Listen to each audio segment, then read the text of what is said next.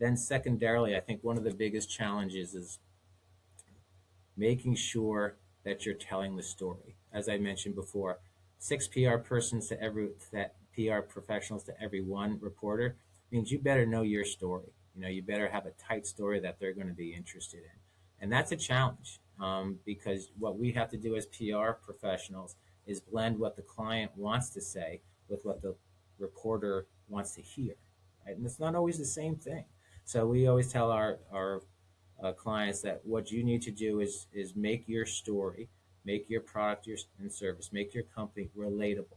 What can we say about it that people will understand? At the local level, it's finding local people that will endorse your product, and you can cite examples of in the local community of how you're helping them.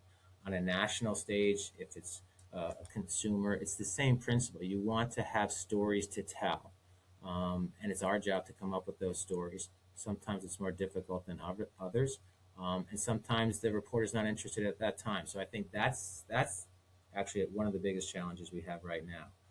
Reporters and editors and producers are so overwhelmed that they can't get to everything. And we may have a really great idea, and they want to do something, but they just can't get to it for a couple of months.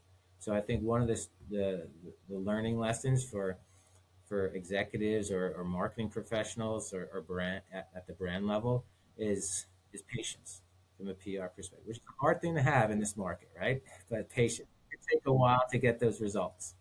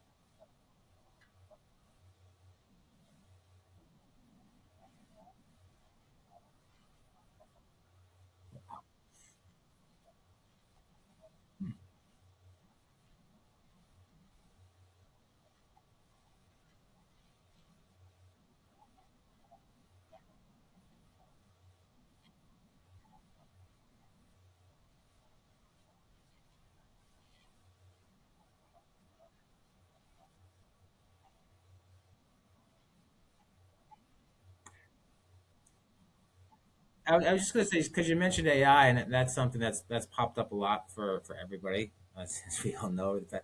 But from our perspective, one of the challenges, like you mentioned, that we've dealt with is 2 or 3 years ago. You know, everybody wanted to do their responses in AI. They wanted releases written by AI. They wanted all this AI information, and media outlets shot down more than one response, not just from us, but from us because they thought it was AI driven. So that's one thing that we had to explain to our clients is that AI can't solve every problem. It can help you solve a problem, but it can't be the only solution to the problem because everybody was on the lookout for it. You want something original.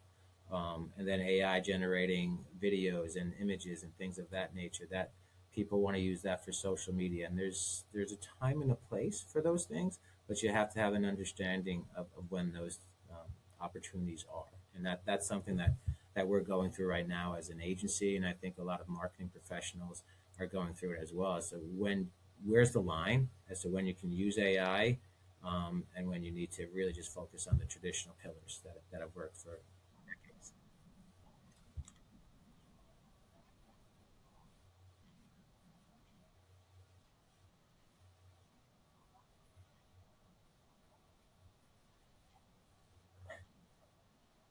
Yeah,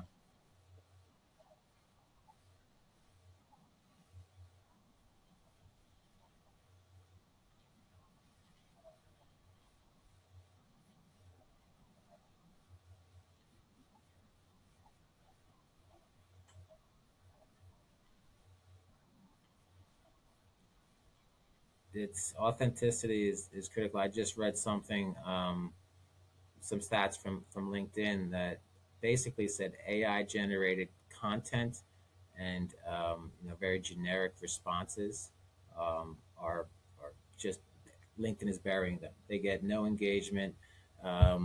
There's no interest in them because, like you said, it's not authentic. People can see through it. So you have to. It's a delicate balance. There's definite advantages, obviously, to AI, but it has to be done within the context of maintaining that voice and maintaining that authenticity.